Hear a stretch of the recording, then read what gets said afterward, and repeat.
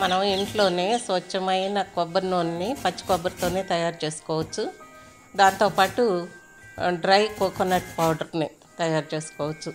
మనకి పచ్చి కొబ్బరి చెప్పులు ఉంటే వాటి మీద పైన ఉన్న పొట్టుని, అంటే బ్రౌన్ కలర్ పొట్టుని ఇట్లా గీరేసేసి దాన్ని సన్నగా ముక్కలు తరుక్కొని మిక్సీలో వేసి కాస్త నీళ్ళు పోసి మెత్తగా అయ్యేట్టు గ్రైండ్ చేసుకుంటే దాంట్లో నుండి పాలు పిండుకోవచ్చు. ఇట్లా మెత్తగా మిక్సీ పట్టిన ఆ ముద్దని పిండేసి మళ్ళీ ఒకసారి ఆ పిప్పిని మళ్ళీ ఒకసారి మిక్సీలో వేసి నీళ్ళు పోసి మెత్తగా గ్రైండ్ చేసి మళ్ళీ ఒకసారి మనం పిండుకుంటే పాలు వచ్చేస్తాయి.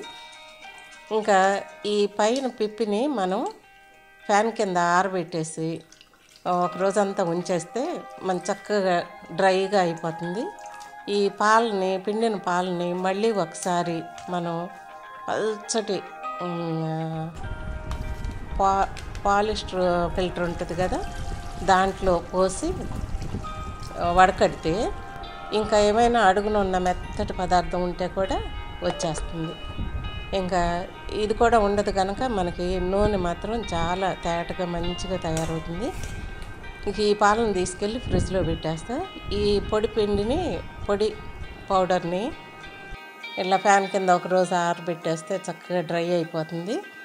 దీన్ని ఒక బాక్స్లోకి తీసుకొని మనం ఫ్రిడ్జ్లో పెట్టేసుకొని వాడుకోవచ్చు. ఎక్కువ రోజులు కాదు, మనకి రోజువారీ కూడా వంటల్లో వాడేసుకుంటే అయిపోతుంది.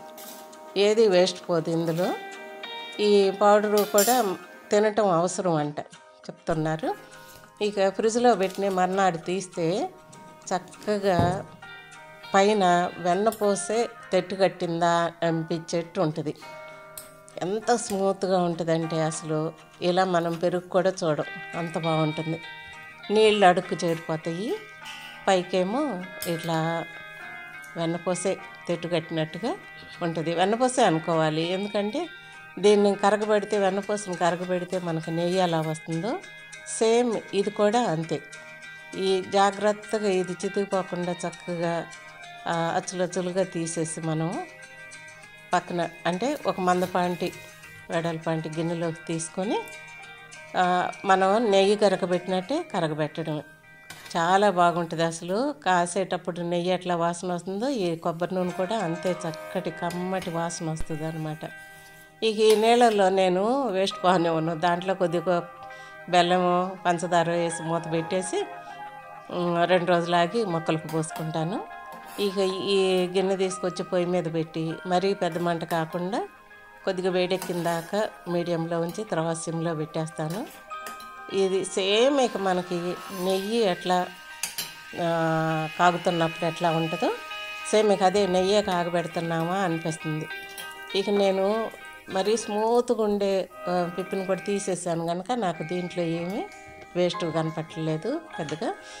ఇంకా ఒక ఫిల్టర్లో సీసాలో గరాటు పెట్టేసి 2 ఒకేసారి ఫిల్టరు గరాటు అన్నీ వరుసలో పెట్టుకొని బాటిల్లోకి వంపేసుకున్నా.